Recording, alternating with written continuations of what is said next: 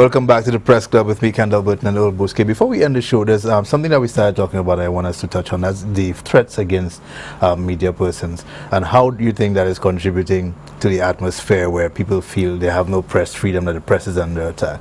Well, I'm not sure. First of all, I didn't hear the threats when they were made. What I've heard are reports quoting the persons who have been allegedly threatened. I also sense that this is unfortunately being played into the whole context of the political campaign, the election campaign, the so-called silly season, and within the context of the imagined war on the press by the government. Well, at least in one case, in the case of Rick Wayne's show, there was a political aspect to the threat.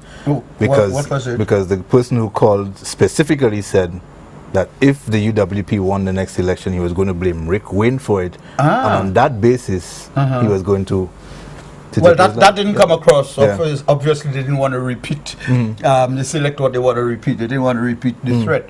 But I am not aware. How are we going to deal with that? Because the prank calls, would it be a prank call? I don't think anybody who wants to shoot Rick Wayne or is going to call on live TV to do it. Yeah, or Timothy or Laura will go and take a telephone and call them.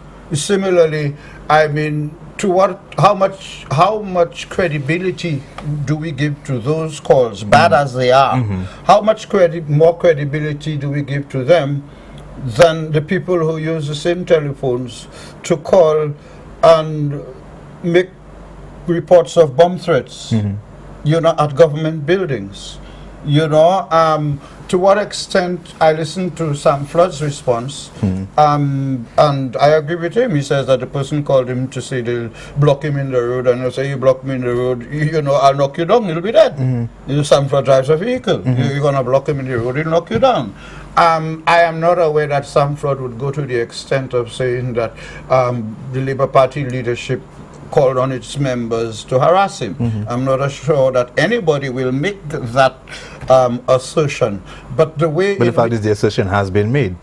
Well, it has been made. what extent do we what extent do we take that seriously? Personally, I would not take seriously somebody calling to threaten my life on a show. I would continue doing my show.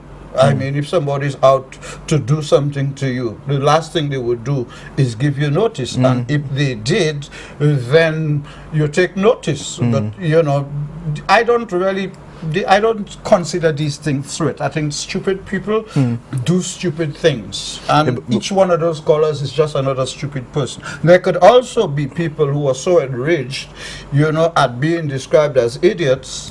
There are also so many people that might be too enraged at being called, you know, imbeciles. Sheep. And sheep. You know, I wouldn't want to be called an imbecile and a sheep every Thursday night. I wouldn't want to be told every day that I don't know what I'm talking about because I don't see it with the same eyes as you. I think we're overblowing. I don't consider any of those things to be death threats. I think they are prank calls by stupid people who are unfortunately giving freedom to those who wish to use those issues to point in a particular direction. I don't think any journalist... Prank call or not, it is a violation of the criminal code. It is a threat. And a threat is illegal. Yeah, well, the police... And the police need to pursue what I did hear is that the police are investigating. As they should. As they should. But what do you think I would like to see the results. What do you think of the response of the president of the Media Association calling for insurance for practicing journalists in light not just of what's happened here, but the dangers that journalists are exposed to generally in the conduct of their duties? We talked on this program before about some of the dangers exposed at crime scenes. I don't think the president of the Media Association will be able to convince one employer in the media here to insure a reporter.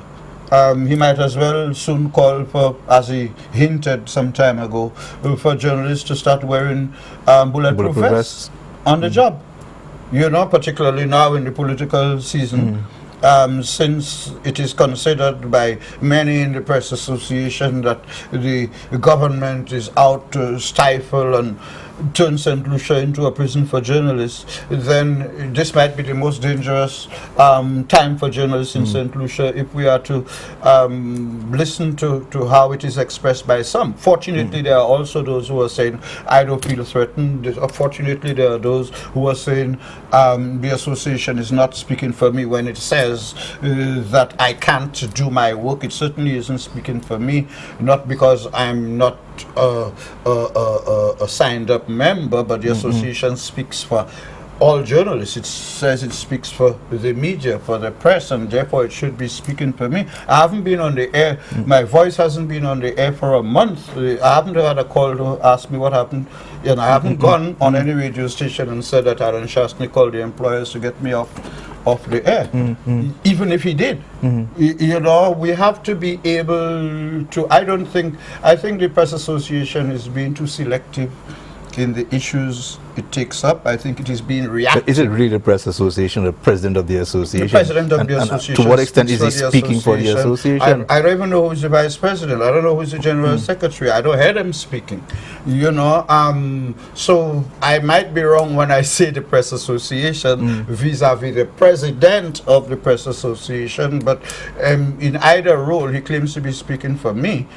But the association has not, to my knowledge, inquired from any of the persons who are out of employment as a result of the closure of a radio station in St. Lucia, to inquire about their job security, to inquire about what happened, to inquire about an article I'm going to be writing called Here Today, Gone Tomorrow, H-E-A-R.